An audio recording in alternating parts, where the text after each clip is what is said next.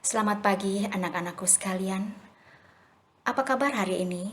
Kiranya ibu boleh menjumpaimu dalam keadaan yang sehat walafiat. Senang sekali hari ini boleh berjumpa dengan anak-anakku pada masa pengenalan lingkungan sekolah di hari kedua. Sebelum ibu memaparkan materi kita pada kesempatan ini, perkenalkan, nama ibu Lexiana Hendrika Eka, mengasuh mata pelajaran PPKN. Anak-anakku sekalian, ibu mengajak, marilah kita semua menyiapkan hati dan batin, menundukkan kepala, mengucap syukur kepada Tuhan untuk mengawali kegiatan pembelajaran kita pada saat ini. Kita berdoa menurut ajaran agama dan kepercayaan kita masing-masing. Berdoa mulai.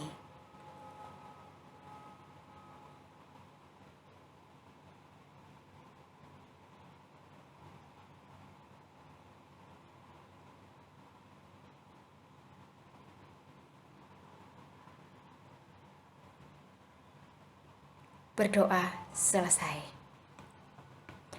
Anak-anakku sekalian, materi kita pada hari ini adalah pendidikan karakter, profil pelajar Pancasila.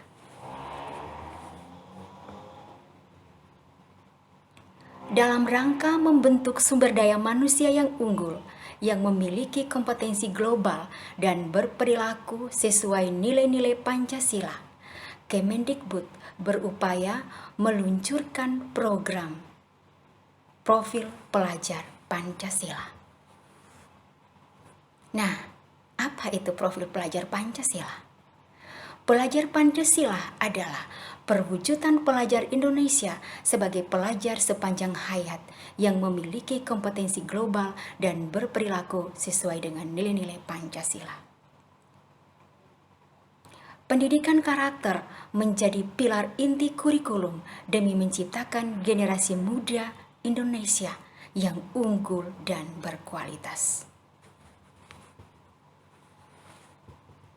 Tujuan pendidikan karakter di sekolah adalah meningkatkan mutu penyelenggaraan dan hasil pendidikan di sekolah melalui pembentukan karakter peserta didik secara utuh, terpadu, dan seimbang sesuai standar pendidikan.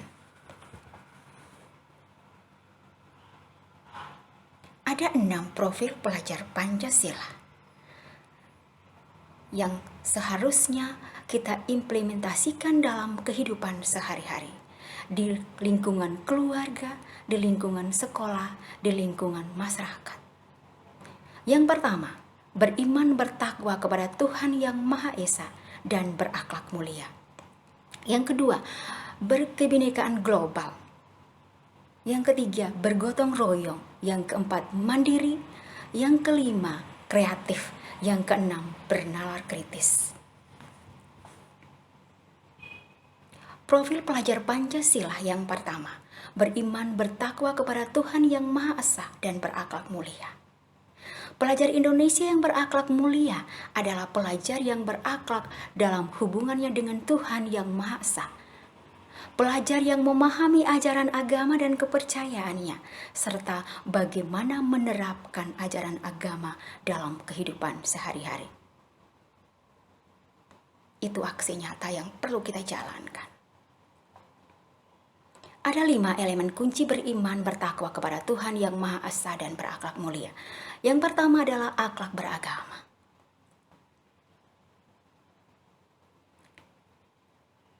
Kita menganut berbagai macam agama. Memiliki etika bagaimana kalau kita beragama. Apa wujud nyata yang kita mesti lakukan dalam kehidupan sehari-hari?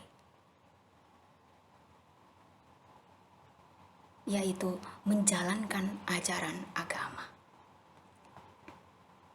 Yang kedua, akhlak pribadi.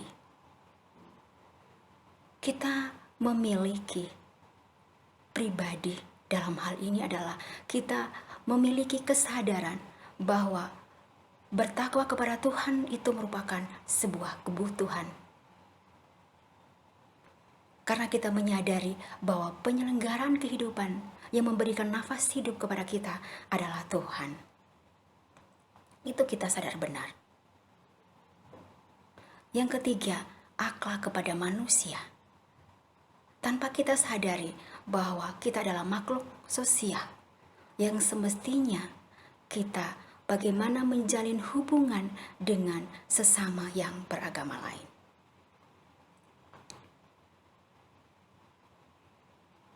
Menjalankan toleransi.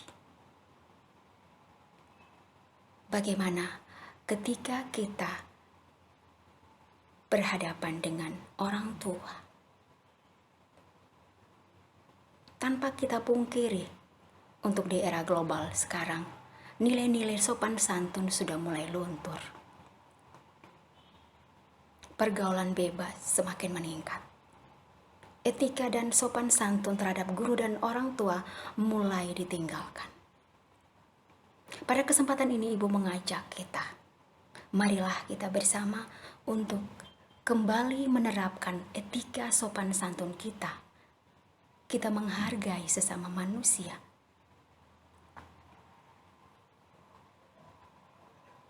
Di sekolah, praktik baik yang dijalankan di sekolah yaitu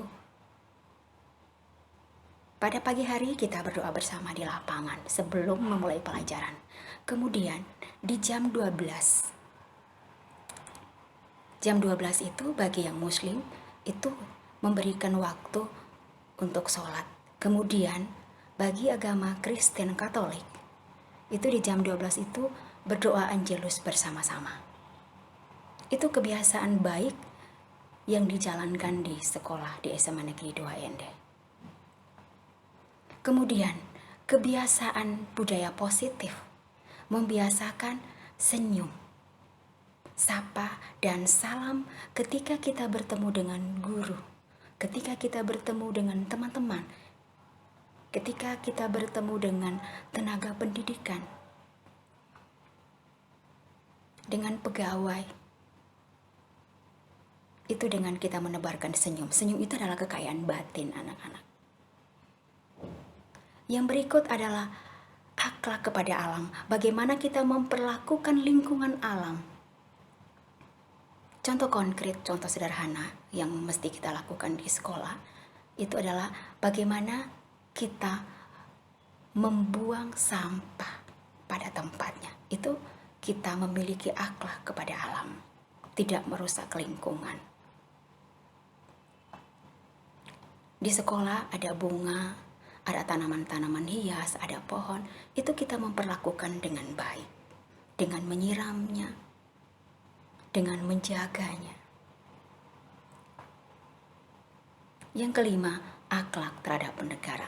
Dalam hal ini akhlak terhadap bernegara di sini adalah bagaimana kita menyadari dan bagaimana kita semestinya menjalankan aturan-aturan hukum di masyarakat, seperti etika berlalu lintas. Pada lampu merah bagaimana semestinya kita berhenti. Itu etika berlalu lintas. Kita menjalankan semua aturan-aturan itu dengan penuh kesadaran dalam diri. Yang kedua, berkebinekaan global. Pelajar Indonesia mempertahankan budaya luhur, lokalitas dan identitasnya dan tetap berpikiran terbuka dan berinteraksi dengan budaya lain, sehingga menumbuhkan rasa saling menghargai dan kemungkinan terbentuknya budaya baru yang positif dan tidak bertentangan dengan budaya luhur bangsa. Ada 3 elemen kunci kebinekaan global. Yang pertama adalah mengenal dan menghargai budaya. Kita memiliki kebudayaan. Bagaimana kita mencintai kebudayaan kita?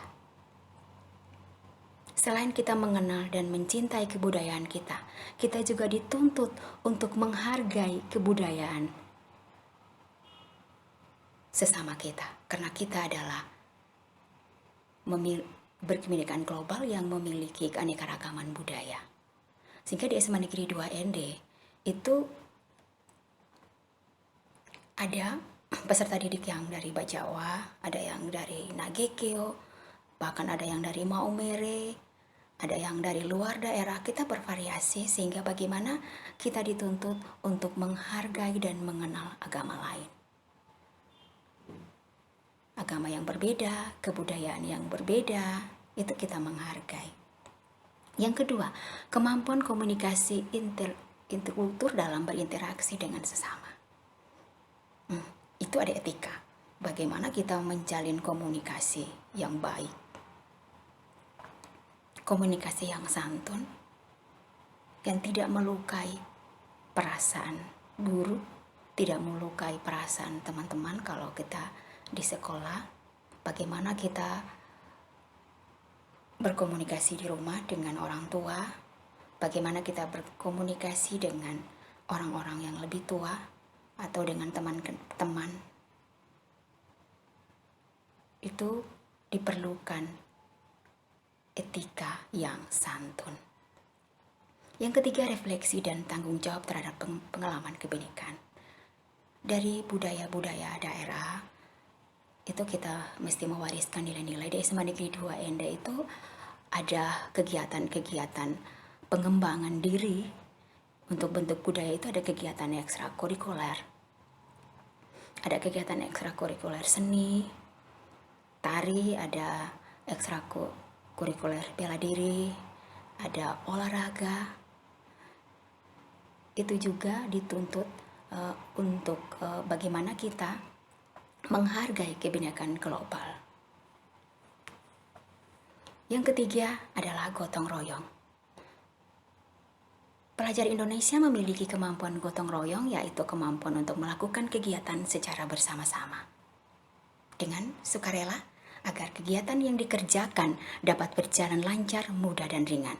Ini gotong royong ini sudah kita terapkan di dalam lingkungan keluarga, di lingkungan sekolah. Elemen kunci gotong royong yang pertama adalah kolaborasi.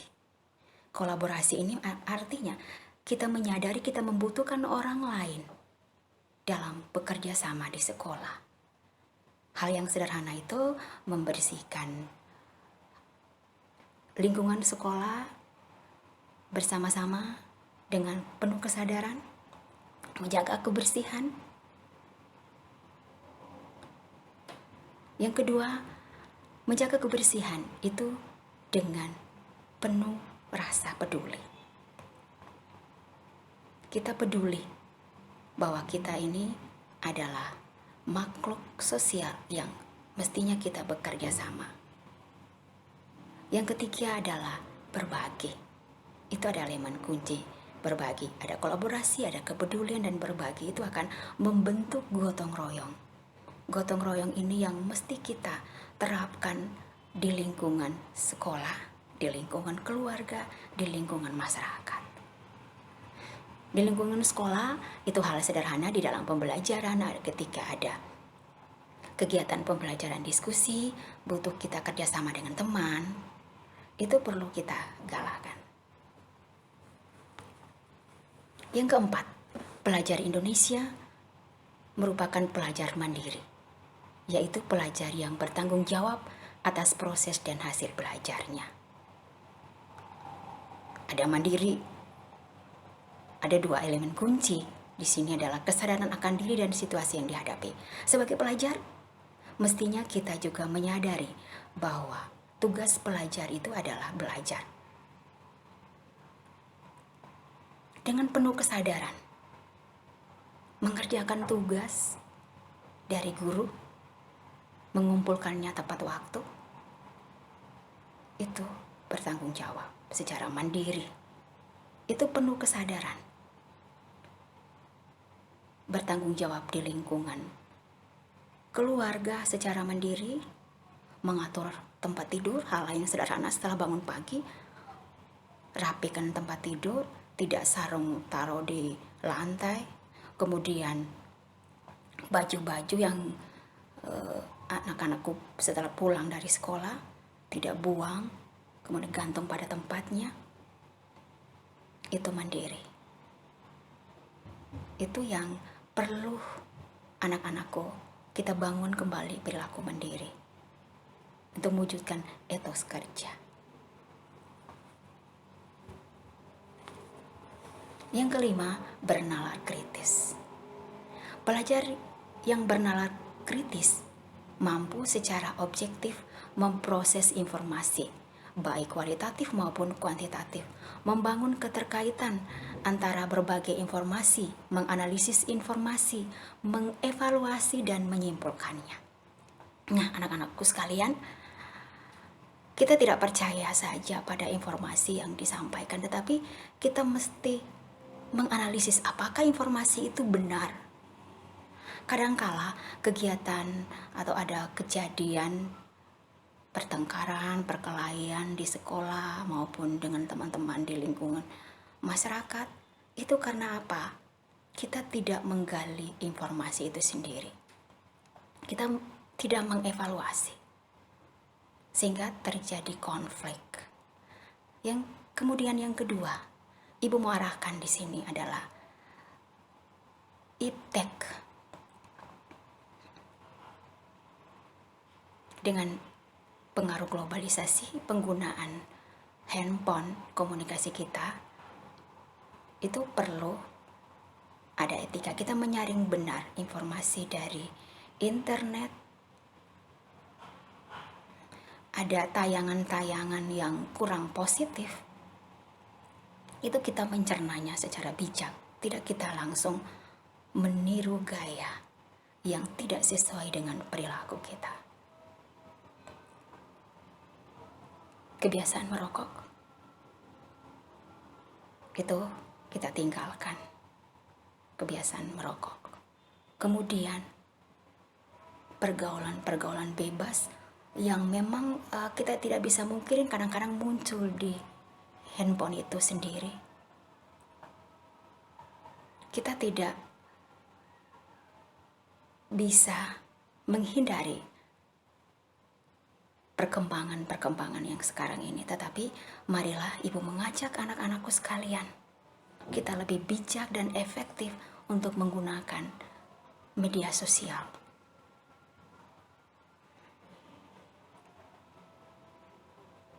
Yang berikut adalah menganalisis dan mengevaluasi penalaran, merefleksi pemikiran dan proses berpikir, kemudian kita berani mengambil keputusan. Berani mengambil keputusan dan bertanggung jawab. Itu contoh sederhana di kelas. Kita bisa menyampaikan ide-ide dan gagasan-gagasan kita di kelas. Dan kita bisa membuat keputusan yang berguna untuk kita punya kehidupan ke depan. Anak-anakku sekalian, Ibu sangat mengharapkan untuk kita kembali mewujudkan dan menerapkan perilaku kritis. Yang keenam, kreatif. Pelajar yang kreatif mampu memodifikasi dan menghasilkan sesuatu yang original dan bermakna, bermanfaat dan berdampak. Elemen kuncinya itu adalah menghasilkan gagasan yang original, menghasilkan karya dan tindakan yang original. Ada peserta didik yang punya potensi seperti menulis puisi, itu kita bisa dilatih melalui pembelajaran bahasa Indonesia di kelas. Di sekolah itu kita ada kegiatan majalah dinding mading. Itu kita bisa menghasilkan karya-karya sesuai dengan potensi diri. Membuat karya ilmiah, bisa melukis, kita mampu menghasilkan karya. Yang berikut, menghasilkan karya dan tindakan yang original. Gagasan yang original, pemikiran yang original, itu yang pemikiran dari pribadi kita sendiri, yang kita tidak meniru atau menjiplak dari karya orang. Itu kreatif. Bagaimana kreatif dalam belajar, bagaimana kita kreatif mengambil keputusan dan menjalankan kegiatan dalam kehidupan sehari-hari. Itu saja anak-anakku sekalian materi yang Ibu bisa sampaikan pada kesempatan ini. Marilah anak-anakku sekalian, Ibu mengajak kita semua kembali untuk menerapkan nilai-nilai Pancasila, nilai-nilai budaya yang sudah diwariskan oleh nenek moyang kita dalam kehidupan sehari-hari, sehingga kita tumbuh menjadi profil pelajar Pancasila yang unggul. Terima kasih, selamat siang, dan salam sehat untuk kita semua.